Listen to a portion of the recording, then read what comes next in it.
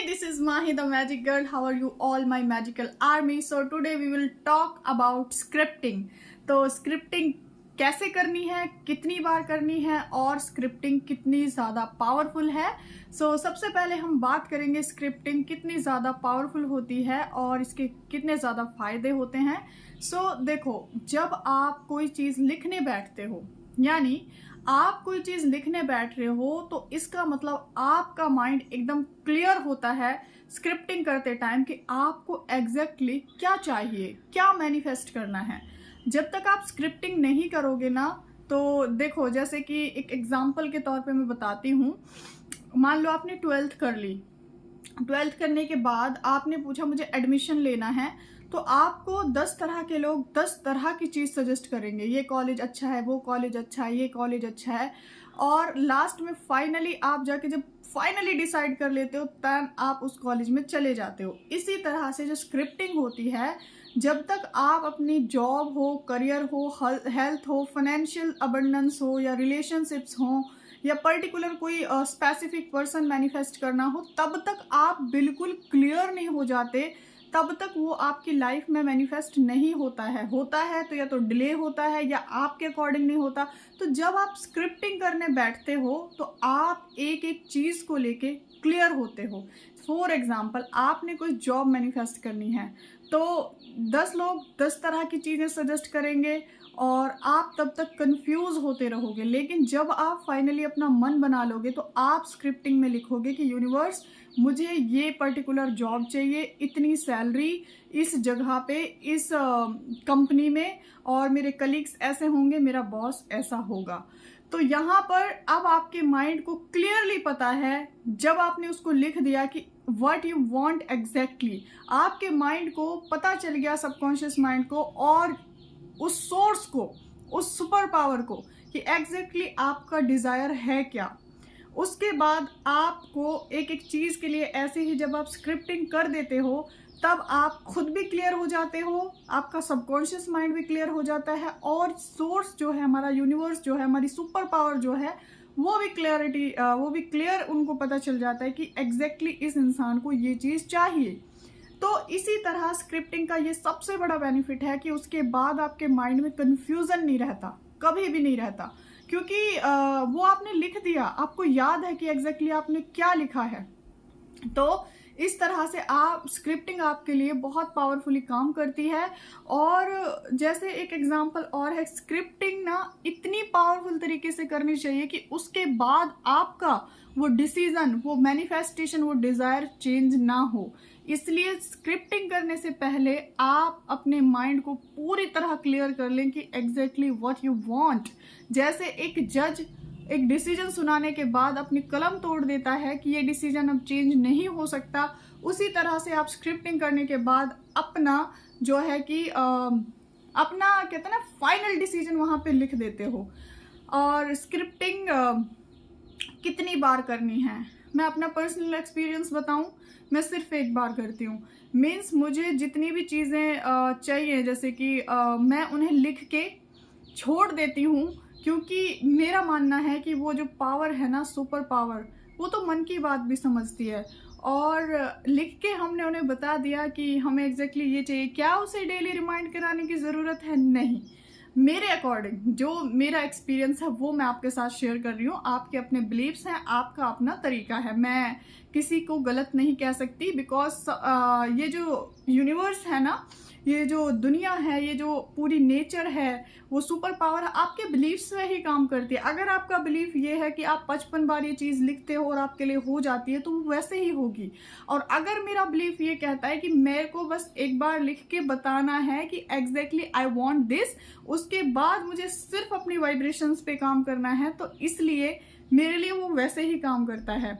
और according to me, अपना opinion मैं बताऊं, वो ज्यादा पावरफुल होता है, क्योंकि आपने एक बार लिख के उसको छोड़ दिया, आपके अंदर डेस्पिरेशन नहीं आएगा, आपको डेली डेली वो रिपीट नहीं करना पड़ेगा। और जब आप डेली डेली रिपीट करते हो, तो कहीं ना कहीं सबकॉन्शियस माइंड को एक चीज हिट करती है कि ये अभी हुआ नहीं है, शायद इसलिए।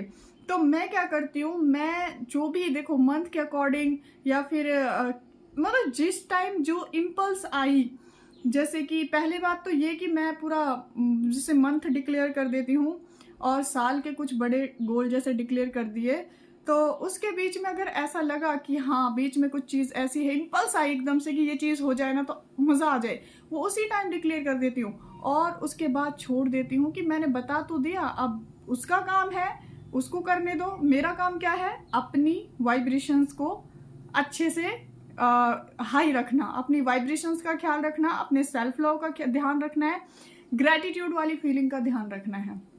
तो स्क्रिप्टिंग कितनी बार करनी है? एक बार।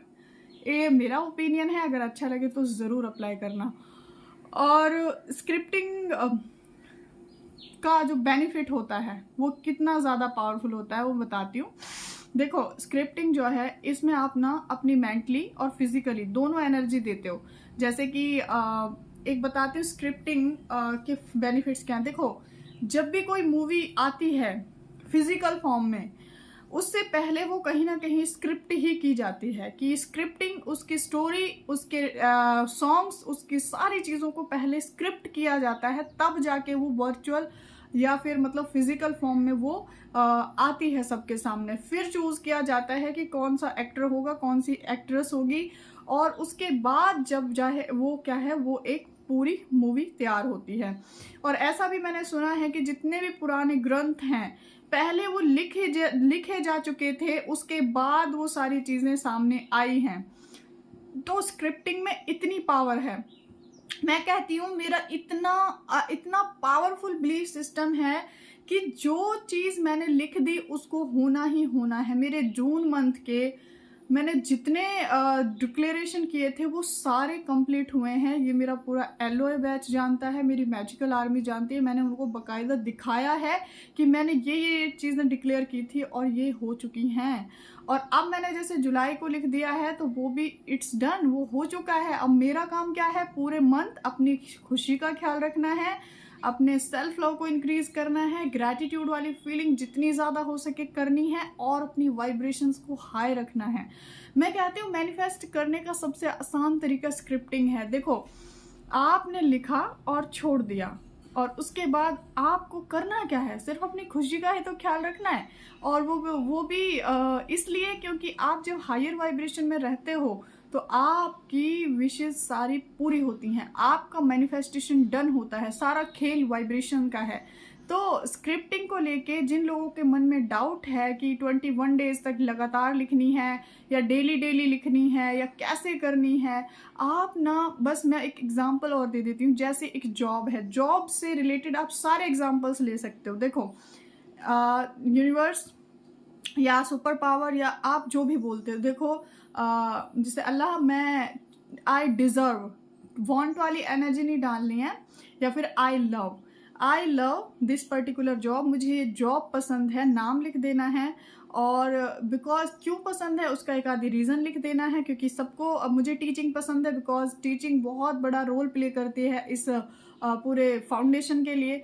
तो आपने लिखना है कि मुझे ना मुझे ये कंपनी पसंद है, इतनी पर्टिकुलर सैलरी पसंद है, और मेरा ऐसे कलीग्स मुझे पसंद है, ऐसा बॉस मुझे पसंद है, और इतनी वॉकिंग डिस्टेंस पर मेरी जॉब हो तो मुझे बहुत अच्छा लगेगा। सो इस तरह से आप पूरी क्वालिटीज़ लिख के लास्ट में क्या लिखना है कि देखो मैंने बता दिया है कि मैं डिजर्व क्या करती हूँ, अब मैं कंप्लीटली आपको सरेंडर करती हूँ। अब कब कैसे क्या करोगे I don't know, I believe in the magic not in the logic. Thank you so much. And अपना जो है इट्स डन करके छोड़ दो, हर एक विश के लिए आप ऐसे लिख के उसे छोड़ दो।